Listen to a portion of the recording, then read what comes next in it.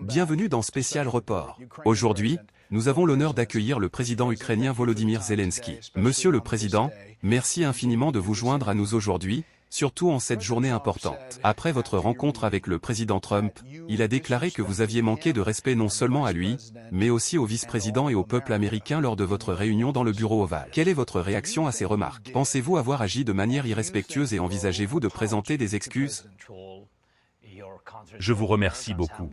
Tout d'abord, je tiens à exprimer ma gratitude pour cette invitation à dialoguer et à saluer tous les Américains. Nous sommes profondément reconnaissants du soutien des États-Unis, notamment du président Trump et du Congrès, qui ont uni leurs forces de manière bipartisane. Ce soutien a été vital pour nous permettre de résister pendant 3 ans face à une invasion à grande échelle. Nous avons survécu grâce à vous, et je vous en suis infiniment reconnaissant. Nous sommes des partenaires stratégiques, même lorsque le dialogue est difficile. Il est crucial que nous soyons francs et directs pour nous comprendre mutuellement. Pour nous en Ukraine, cette guerre est une lutte pour notre liberté et nos vies. Nous avons besoin du soutien de tous, y compris du président Trump, qui, je le sais, partage notre volonté de mettre fin à ce conflit. Personne ne souhaite plus la paix que nous, car nous vivons cette guerre au quotidien. Je pense qu'il est essentiel que nous soyons unis dans cette lutte, et j'espère sincèrement que le président Trump se tient à nos côtés pour contrer Poutine. Il a exprimé sa volonté de voir cette guerre prendre fin, et nous partageons cet espoir. Nous devons exercer une pression collective avec nos partenaires européens et internationaux. Je suis convaincu que ce dialogue aurait dû avoir lieu plus tôt pour mieux évaluer notre situation actuelle. Comme le disait le président Reagan, la paix ne se limite pas à l'absence de guerre. Nous aspirons à une paix juste et durable, fondée sur la liberté, la justice et le respect des droits de l'homme. C'est pourquoi je suis d'avis qu'un simple cessez-le-feu ne suffit pas, surtout face à Poutine, qui a violé 25 cessez-le-feu au cours de la dernière décennie. Donc, Monsieur le Président, si je comprends bien, vous ne semblez pas vouloir présenter des excuses au président Trump? Non, je respecte le président et je respecte le peuple américain. Je pense que nous devons être très ouverts et honnêtes dans nos échanges. Je ne suis pas certain que nous ayons fait quelque chose de mal, mais il est essentiel que certaines choses soient discutées en dehors des médias.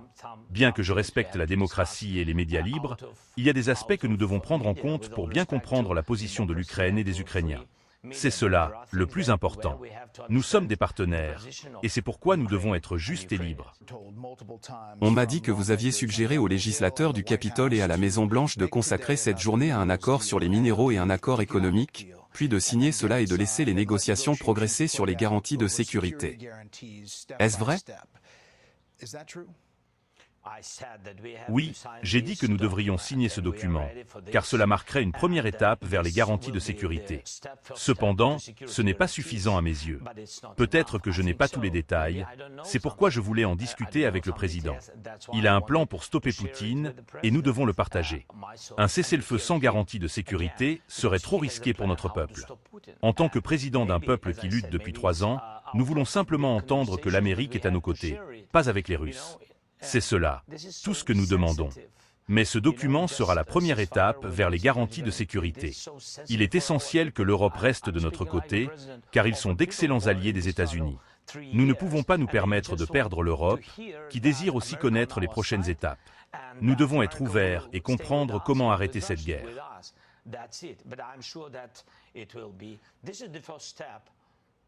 Mais pensez-vous que l'altercation publique dans le bureau ovale, devant les médias, a vraiment servi les intérêts des Ukrainiens aujourd'hui? Je pense que ce genre de confrontation n'est bénéfique pour aucune des parties. Je serai toujours ouvert, mais je ne peux pas changer la position de l'Ukraine envers la Russie, et je ne souhaite pas qu'ils nous tuent. Les Américains et les Européens sont nos meilleurs alliés, tandis que Poutine et les Russes sont nos ennemis. Cela ne signifie pas que nous ne voulons pas de paix. Nous voulons simplement que la réalité de notre situation soit reconnue.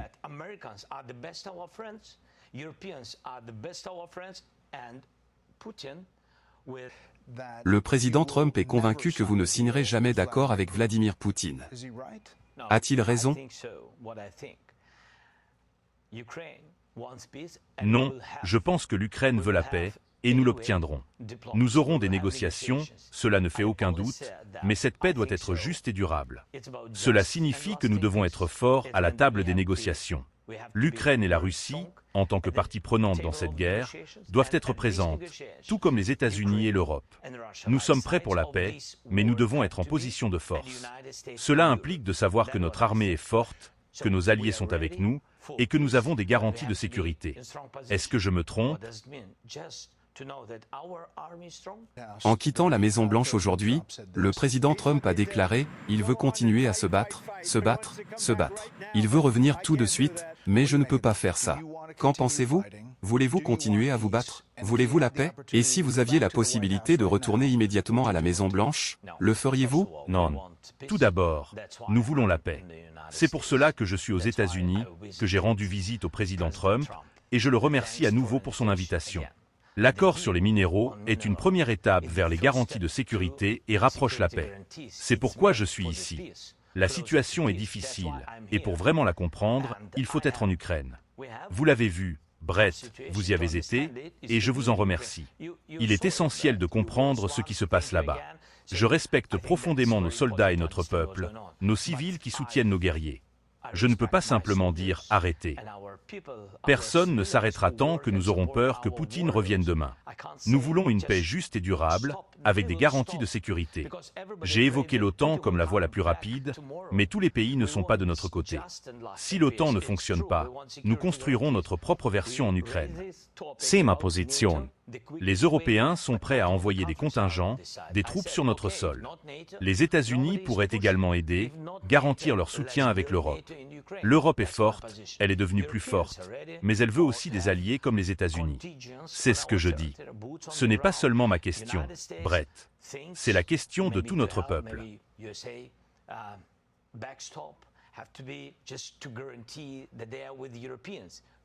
Vous m'avez dit l'année dernière, lorsque nous avons visité les lignes de front ensemble pour marquer l'anniversaire de la guerre, les Ukrainiens survivront-ils sans le soutien du Congrès?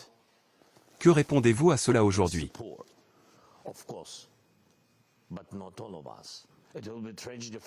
Bien sûr, nous survivrons, mais pas tous. Ce serait une tragédie, pas seulement pour l'Ukraine, mais pour toute l'Europe. La question aujourd'hui est de savoir si l'Ukraine peut l'emporter ou contenir la Russie sans l'appui continu des États-Unis. Comment cette guerre pourrait-elle se terminer? Comment relancer les discussions? Je pense que l'Europe est prête à nous aider à maintenir une armée aussi forte que celle que nous avons aujourd'hui. Cette armée fait partie de ces garanties de sécurité. Nous avons simplement besoin de clarifier avec notre principal partenaire stratégique, les États-Unis, comment ils nous fourniront ces garanties et quelle part de la sécurité mondiale elles couvriront. Une fois cela mis en place, nous pourrons avancer vers la diplomatie avec les Russes, les Européens, les Américains et nous-mêmes. C'est une voie réaliste, car avec les armes seules, nous sommes trop limités. Nous manquons de ressources pour repousser la Russie, et à l'heure actuelle, le soutien des États-Unis n'est pas aussi important qu'il pourrait l'être. Mais avec des garanties de sécurité solides, nous serons prêts à avancer. Quand je parle de l'OTAN, ce n'est pas un objectif en soi, mais plutôt un système de garantie de sécurité compréhensible. D'ailleurs, aucun membre de l'OTAN n'a été attaqué jusqu'à présent.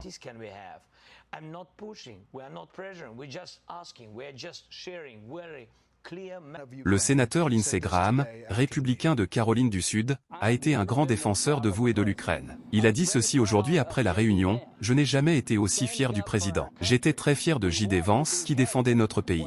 Nous voulons être utiles. Ce que j'ai vu dans le bureau ovale était irrespectueux, et je ne sais pas si nous pourrons un jour faire des affaires avec Zelensky. Soit il doit démissionner et envoyer quelqu'un avec qui nous pouvons faire des affaires, soit il doit changer. » Il dit donc que vous devez envisager de démissionner. Est-ce sur la table? Je ne sais pas s'il sera heureux après mes paroles. Seul le peuple ukrainien peut prendre cette décision. Vous n'allez donc pas démissionner pour conclure un accord de paix?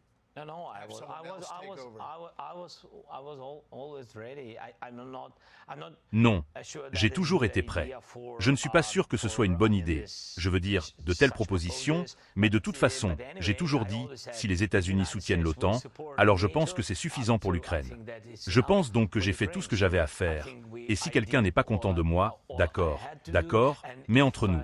Oui, les Américains votent pour le président américain. Chaque pays européen vote pour son président.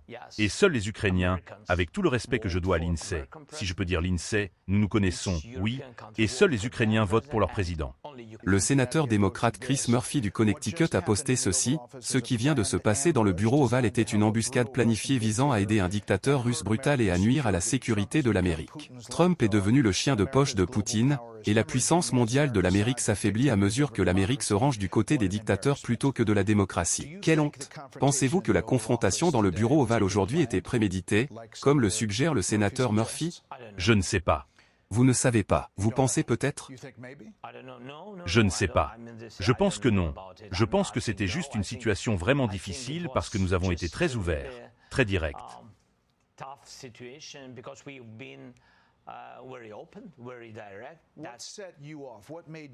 Qu'est-ce qui vous a mis en colère?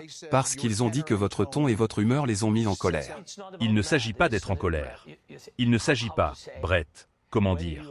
Quand vous êtes aux États-Unis, et par exemple, le président, le vice-président, ou quelqu'un, ou les sénateurs, peu importe, les grands politiciens, oui, quand ils disent par exemple que l'Ukraine est presque détruite, que nos soldats s'enfuient, qu'ils ne sont pas des héros, que l'Ukraine a perdu des millions de civils, que son président est un dictateur, vous savez, quelle est la réaction? Il ne s'agit pas de moi. La réaction est que, où est notre amitié entre l'Ukraine et les États-Unis? C'est ce que je ressens. Et c'est pourquoi je ne veux pas perdre nos grands partenaires aux États-Unis, et j'ai juste dit que ce n'est pas la première fois. Je l'ai dit par téléphone, et nous avons eu d'autres conversations, et nous avons eu des réunions à Munich, etc. J'ai dit, s'il vous plaît, soyez correct. Je veux juste être très poli. Je veux dire, soyez correct avec ce nombre. Quand vous parlez du nombre, chaque personne est importante. Quand vous parlez de millions de pertes, nous n'avons pas des millions de pertes. Quand vous parlez des territoires, peut-être certains territoires, etc., ce ne sont pas seulement des territoires, ce sont des maisons. Ce sont les vies des gens, vous savez. Ce sont leurs pères, leurs mères, leurs proches, leurs grands-pères. Ils sont morts pendant cette guerre. Personne ne veut pardonner à Poutine. Ce n'est pas une blague, vous savez, ou un conte de fées. C'est la vraie vie. C'est ce que j'ai dit. Et quand vous le dites à de nombreuses reprises à mes grands amis qui ont été ici aujourd'hui lors de notre dialogue, et qu'ils recommencent à répéter les mêmes choses, je pense que ce n'est pas, je veux dire, c'est pourquoi j'ai dit que ce n'est pas une bonne façon de faire entre partenaires, bons partenaires et amis. C'est tout. Et je pense que si les journalistes posent des questions au président, avec tout le respect que je dois au vice-président, je veux dire, il a ses interviews. Ce n'est pas notre dialogue. Cette dynamique, si elle doit se produire, ne devrait-elle pas se faire à huis clos? Bien sûr, en privé. Alors, regrettez-vous cela? Regrettez-vous que cela se soit produit aujourd'hui? Oui, je pense que ce n'était pas bien. Je pense que ce n'était pas bien, parce que nous avons eu beaucoup de dialogues différents. Je suis toujours ouvert aux médias, mais il y a des choses très sensibles. Je veux juste être honnête, et je veux juste que nos partenaires comprennent correctement la situation. Et je veux tout comprendre correctement. Il s'agit de cela, pas de perdre notre amitié.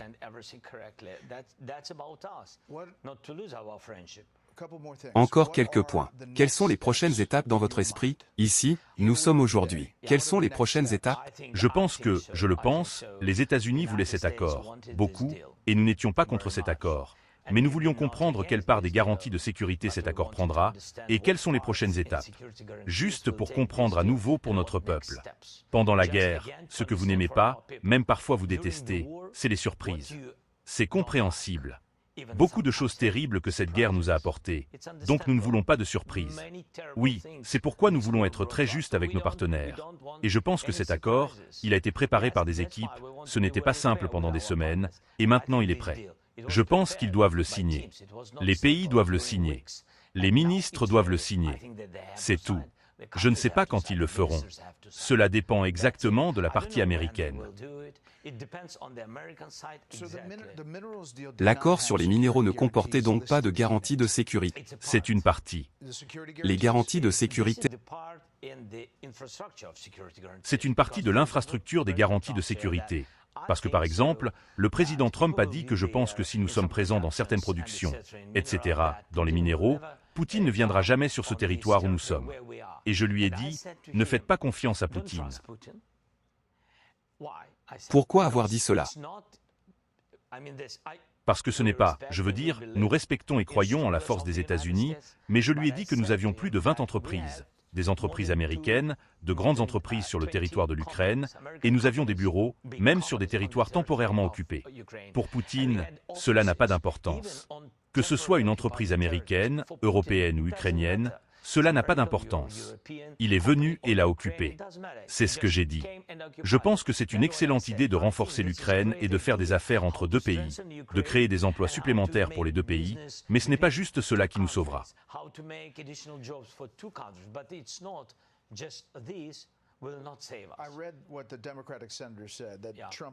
J'ai lu ce que le sénateur démocrate a dit, que Trump est devenu le chien de poche de Poutine. Êtes-vous d'accord avec l'idée que le président Trump est trop proche de Vladimir Poutine dans votre esprit? Nous en avons parlé, et je pense qu'aujourd'hui, très ouvertement, le président Trump a dit qu'il voulait être au milieu. Sinon il ne mettrait pas ses gars à la table. Je veux être très honnête. Je veux vraiment qu'il soit plus de notre côté. Je vais expliquer pourquoi. Parce que ce n'est pas seulement que la guerre a commencé quelque part entre nos pays. La guerre a commencé lorsque la Russie a amené cette guerre dans notre pays, et elle n'a pas raison. Et ils n'ont pas raison. Ils n'ont pas respecté notre intégrité territoriale. Ils ont amené la guerre sur notre territoire, à nos familles. Désolé de répéter, à nos maisons. Et ils n'ont pas raison. Et bien sûr, tous les Ukrainiens veulent entendre la position ferme des États-Unis à nos côtés. D'un côté, c'est compréhensible.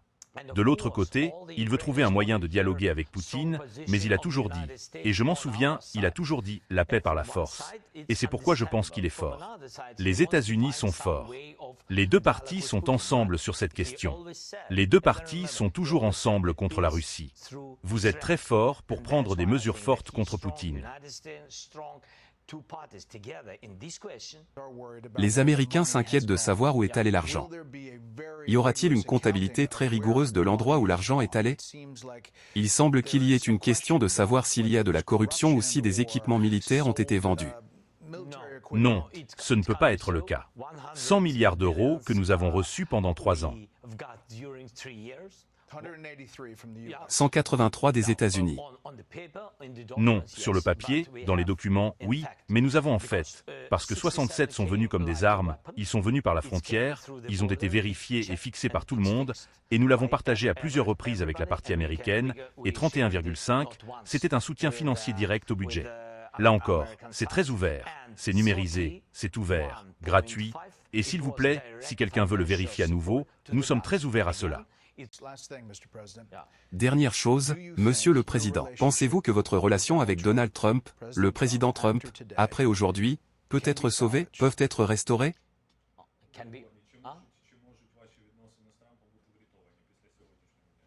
Bien sûr, parce que ce sont des relations plus que deux présidents.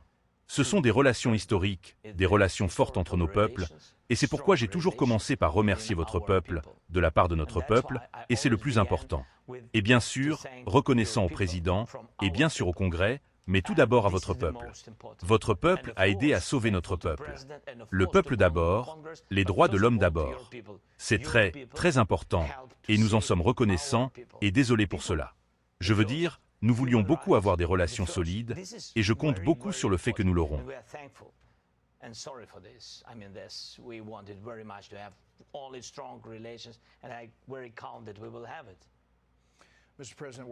Monsieur le Président, nous sommes honorés que vous ayez maintenu cette interview. Merci beaucoup pour votre temps.